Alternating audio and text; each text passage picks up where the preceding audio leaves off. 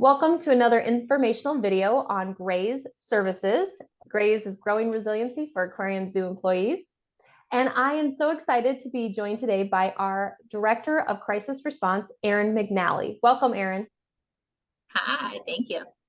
Today, we're going to talk about one of our really important services that is fairly new to our industry. However, it has been around for a while, and that's our critical incident stress management response team. Erin, can you start us off by just talking to us a little bit about what a critical incident is and what a response team is and kind of the history behind it? Yeah, thank you. So critical incidents for I'll say real quick, I guess, as a critical incident to me can be defined by each individual a little differently. So it's something that overwhelms our usual coping mechanisms that we might have. So things that are classified in the first responder world, there's a list that would be called the Terrible 10 that I think also apply to our industry, but I think we could add to it because that list is often including or is really for the human experience. So the loss of a human, the loss of a coworker, suicide is on that list, things that draw heavy media attention, and then many more. So that Terrible 10 list, I think for us could be added as a human and or animal experience that we may have. And then I think there's some things that we could probably add to that list in as a whole. The team, as far as what critical incident stress management would be, is again taking it from the first responder community. It was created originally, CISM, critical incident stress management, was created in 1970s, and it is peers trained in crisis response to help other peers from the mental health support side. So there is assisting individuals in crisis and group crisis intervention that anyone on a CISM team would have to take to actually be qualified to be on that team. And so we're taking that model and applying it to our industry because we know that things are unique to our industry. And when you're in this field, in the zoo and aquarium world, and you have exposure to it as an employee, then you're able to understand things a bit differently than people that are not working in this field. So we're trying to capitalize on that experience and then training people to actually have the tools that they would need in their toolbox to help their fellow peers. So when you talk about helping fellow peers and the response portion of that, can you walk us through kind of what a response might look like? Yeah, so it's going to be unique to what we call the 5 T's. So when I receive a call or when Grays receives a call or an email, reach out that there was what was deemed a critical incident or a crisis at a facility, whether it's involving one individual or a team or organization-wide. We are going to ask a series of questions to just help kind of get some information that will assist us in what we can provide and when, and who's going to be a part of that response team. So we're trained to ask for what is called the 5 T's, and that some of those key ones of the T's would be targets. So who are the individuals that are affected by this crisis? And I always ask people to think beyond the obvious. So of course, example real quick would be if we had a loss of an animal, the keepers that took care of that animal would be what we would classify the obvious party that may need assistance through that tragedy. We have vet staff that may also qualify, or animal health teams that may also be more in that obvious realm. But then I try to get people to think outside of the box, that other folks on staff may also have a relationship and feel that loss in a different way, even though they didn't provide the care day to day or provide the veterinary aspect. So when we're looking at targets, we're trying to identify anyone that may be affected. It could also be whoever was involved. And again, that could look like a multitude of different departments. So targets type of incident. So again, where on the scale of crisis is this incident? That's going to help us to figure out what that timing looks like and what type of service is needed and provided. So and then timing is another a key factor. So if we get a call right away after an incident, then there are certain things in our toolbox that we're trained to do that we could do within 8 to 12 hours. There's things that we shouldn't do until 24 to 72 hours. And then if it's beyond that, if we get a call, let's say a week or two after something or longer, there's other tools that we're trained in that we could pull out. There's just certain things that the way the brain is going to process events that we don't want to do in the wrong time because we don't want to re-expose people if they're already starting to process certain things. And yeah, so there's a whole lot of, I guess, science and a big equation that kind of gets put together to help us formulate what is that type of response needed? Is it in person? Can we get away with doing virtual response? Of course, with the way the last few years have been, we've been able to do a lot of that and still provide services, even though people were hesitant to bring folks in from the outside, just the way the pandemic was going. But we would recommend in person if it was a severe enough crisis, so that we could be there in person to have a physical presence and then provide slightly different tools from our toolboxes that we are equipped with. One of the things that we run into often when we are starting that first initial conversation about what we are providing, there's sometimes some misunderstanding around what people perceive our services as or the CISM is versus what it isn't. Can you walk us through some of those finer tuned points as to what it is and what it isn't in regards to the model that we utilize? Yes, thank you. So first, what it isn't is it's not psychotherapy, it's not a replacement of therapy, and it's not counseling in any way, shape, or form. So even though we work directly with a licensed clinical social worker who is our clinical director of our CISM team. Again, CISM is Critical Incident Stress Management. It's just another acronym, of course, that we need to add to our repertoire. So I am the clinical coordinator and also the director of crisis response for our team in Grays. And so when we deploy, again, either virtually or in person, if we're doing what's called a debriefing, that's a 7-step process. 2 of those steps we need to do with a mental health professional in the room, if you will. And so if we don't have a mental health professional available to us, so if our licensed clinical social worker could not be on the call or be in person with us, then we are trained to do other steps from the tools, but not 2 of them.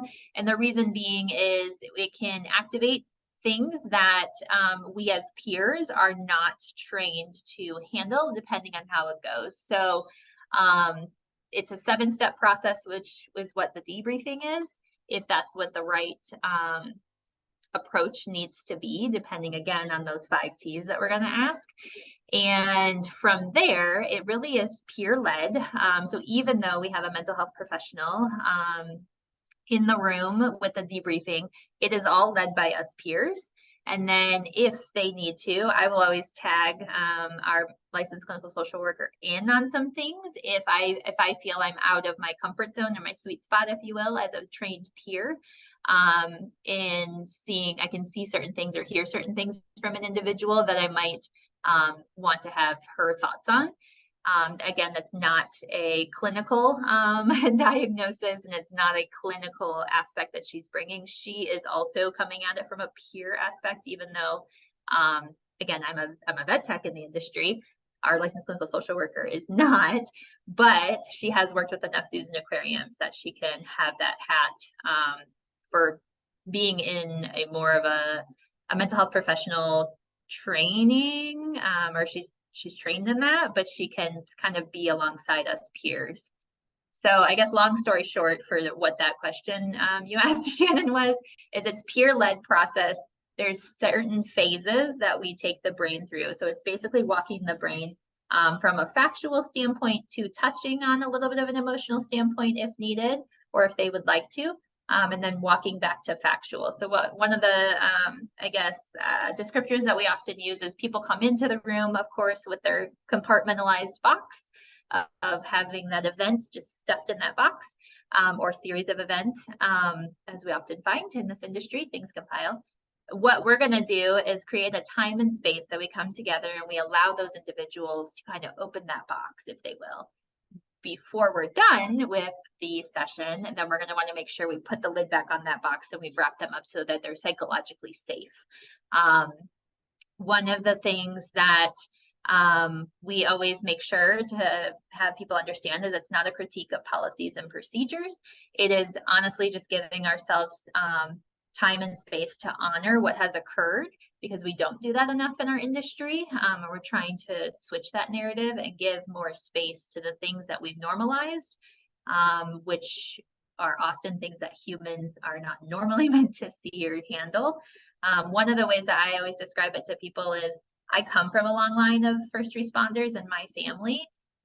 What I have learned and seen throughout my life is first responders are responding to someone else's house and someone else's family when an emergency occurs.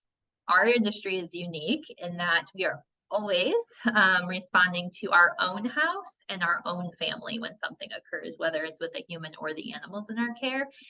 So that obviously can exacerbate things from what we're exposed to and the different traumatic events. So trying to allow some time and space to walk through that. Usually if it's an individual session, it's about an hour. Groups, it could be anywhere from 90 minutes to 2 hours, depending on the size. We will try to cap those groups around 10 to 12 people. So that way we allow enough time for everybody to share if they would like. One of the ground rules too is nothing is mandatory. So especially in those group settings, I always make sure to encourage people, something you say may help one of your peers in the group. So I encourage speaking, but beyond sharing your name and your role at the institution, nothing is going to be made for you to have to speak. So it's all voluntary. So people are aware of that right up front. We usually get most people participating. And again, if we have one or two that just say their name and their role at the institution and then they sit there and observe, it's just as powerful, I feel, for them to be sitting there quietly in the room, because the things that they hear, it can really start to help them feel not as alone. I think so many times we internalize a lot of our feelings and feel very isolated with what we're feeling, especially in times of grief or extreme stress. When you're feeling, I'm going to throw out the words, when you're feeling guilt, shame, anger, those are very common experiences and common emotions that we hear and we see. And again, the more we can get people to verbalize that, you can really help someone else to understand that they're not so alone in those feelings. So yeah, I think that's the gist of it, if you will. Yeah, and the biggest benefit that we've seen from this service is it allows people to start to process the event in a safe and psychologically aware way. At the same time, it gives us an opportunity to give them the tools and strategies to start to bring back that coping ability. And if there's any additional support that they might need, we can help direct them towards that. So we often work with organizations, EPAs, as well as within our own context too. Yes, EAPs. Yeah, so we try to find out what are those referral services, if needed. Again, we're peers, and that's our licensed clinical social worker is not there to do counseling. It may be that she is willing to be a resource afterwards from that clinical aspect. It may also be that we are brought back in. We have groups that come together, and then we have a couple individuals sometimes within those groups that want to still do an individual session. So we try to work with the facility to identify, what resources do they want us to continue, and so that way the people know what resources are out there. And then you made me think of something else real quick, from the tools and coping strategies. So our goal is to re-empower the person, no matter if they're in an individual setting or a group, re-empower them to, again, recognize where they're at with things, and then re-empower them to utilize tools and strategies that can assist them in times of crisis. Sometimes, especially if we're in a prolonged crisis or we're still in it, basic needs are they being met is what we're going to ask, right? So our self-care strategies might just be that basic husbandry, um, food, water, rest, and shelter. And that may be all that is needed in the time of crisis. It's not the time to do the extras, as I call it, the enrichment. It is really those basic needs. And so just identifying that those things are met. Yes. Now, one thing that we are working on really, really hard is to bring this service in a much wider net to our industry. And one of the ways that we're doing that is by creating those trained volunteer peers to be on our extended crisis response team. Can you talk a little bit about what is required to do that? Who might be a good candidate for that and how they achieve that? Yep. So what is required to be on the team, I touched on it a little bit ago, is the assisting individuals in crisis and group crisis intervention training. Those trainings are through another acronym, the ICISF, so the International Critical Incident Stress Foundation. The beautiful thing is, Cindy, who is our licensed clinical social worker, the clinical director of our team, is actually an instructor for those courses. I really enjoy that we're able to provide those trainings for people because we are able to make the scenarios literally zoo and aquarium specific. So that way, when you're taking that class, your role plays are already zoo and aquarium. They're not firefighter, EMT, things like that. So that's one of the added things that is a benefit for us being able to bring that service. And then our goal is that we have enough peers that are trained to have almost what I would classify as regional pockets. So if you could think of like how FEMA has their different regions coordinated, that would be ideal, I think, for us. So if I have a facility that's in the Northeast of the United States, I can say, oh, I have 3 or 4 people at these different facilities, near that location or within that region that we could call upon and see if we can put together a team that would be able to get to that facility a little bit faster if an in-person response is required, rather than me coming all the way from Colorado. It just might be a little bit easier for people if we're able to do that. So the other benefit that I've seen personally that I've had is we're constantly giving, right? We're constantly doing our caregiving. We're pouring out our compassion satisfaction bucket, and it's going out to the animals. It's going out to the people around us. And often we don't see the initial reward. And we have species we're taking care of, and their wild counterparts are still having devastation in their areas. And so even though we're taking care of this one specific animal that is thriving in my care, their wild counterparts are not. So then it's still depleting from that bucket, I feel. I say all that because I think this is a way for us to get people to be able to fill that bucket again, because there is, I would say, pretty instant gratification when you've been able to help a peer through some of their toughest days.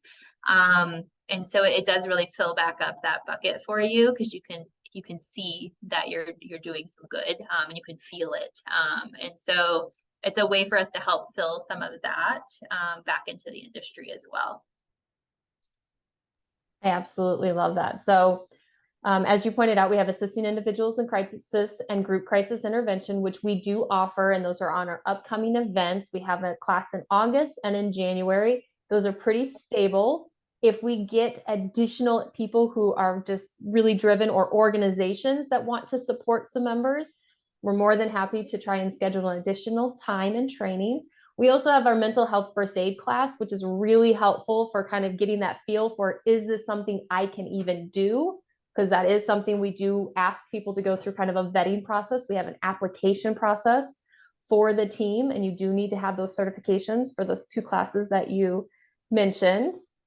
And again, having those regional pockets would be helpful, because as we've learned, multiple organizations can go through a critical incident at the same time. Seems to happen often.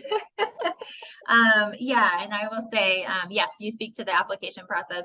I do request a resume too, a CV, because if we are having people that are willing to help other institutions, we want to make sure they're the right fit, where like I may not know, oh, Shannon worked at an aquarium and we have this aquarium that could utilize assistance, and you may be a really good peer then for those people.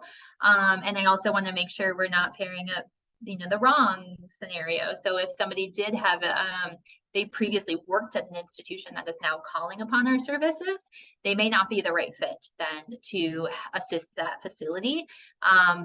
For a few different reasons, but one of them being that they may need assistance themselves, right? Because they may actually know a little bit closer what occurred and maybe affected as well. And then just so that we know comfortability, right? For the people that are needing the response, we want to make sure they're as comfortable as possible. So really just trying to look at how we're pairing up those peers to help the other peers. So we will request a CV along with that application. And then you touched on it a little bit. We do have many institutions that are wanting to put some of their staff through these trainings. A lot of them, we do recommend at least the mental health first aid initially, and that can be utilized from many different peer groups within your own organization at different levels. I think anyone can be a peer for so many different things. So we really try to help guide people in being strategic about who goes through that. But then if there's people that you can identify that are kind of the go-to people that folks often go to when they're having a really tough day, or you've identified really strong like leaders. Anyone could be a leader, it doesn't have to be a manager, within your organization that you feel and that person feels they're strongly interested in pursuing this crisis training. Then facilities could help try to formulate their own team to help their own staff. The caveat with that, I will say, is again, going back to that, you may have an incident that is too large to be able to have your own in-house team to assist with. It may also be a smaller scale incident. Maybe it's not organization-wide that's affected, but those people that were trained are affected. So that's when we would call upon the greater CISM team, if you will. And so we would act as that coordinator then for you. And then we also want to make sure that anybody that is a part of our response team, so whether that's an organization has their own or we obviously have ours, we want to make sure that there's an offload spot for those team members that are doing the response. So when you're responding, especially to your own home, or to somebody else's, right, another institution, you're taking in a lot of things that are coming at you, and there's a lot of empathy being given out, and it can be very draining. And we want to make sure, in order to do right by the responders too, that we also have what we would call a hot wash after. And so that would be with somebody who wasn't involved with the actual response that was needed, and then we can offload some of that, especially being, again, peers in this industry. You can often put yourself in the situation that is being explained to you, and it can be pretty tough. So you want to make sure that we have that offlet, and that's what Grays is here for. So even when we've had facilities put their own staff through those trainings, they know that we're here if they have to enact that training actually in practice. And so then they would call upon us to help do a hot wash afterwards. Oh, you're on mute. The last final thing I want to touch on with that, as you brought up the hot wash portion, is confidentiality and the importance of that within anyone who is associated with the Grays CISM response team. Yep. So we do not identify where we go. I will not tell anybody where we're going or where we've been. If a facility or an individual wants to identify and disclose that, that, hey, Grays came in and, it was, a great process or whatever, whatever that feedback is.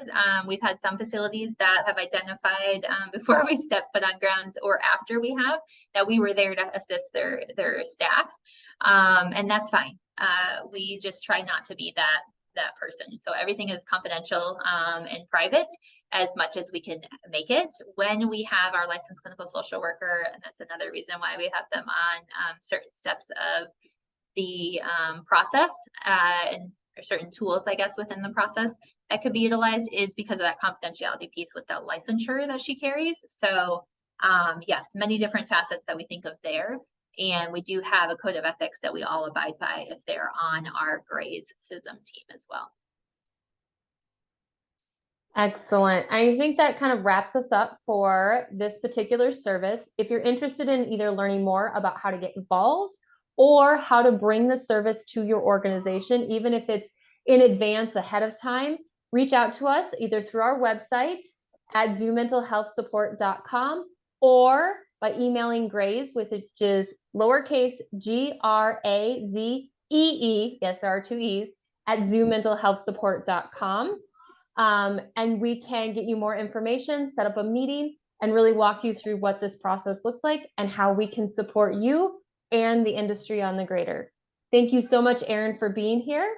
And if you have questions, let us know. Thank you.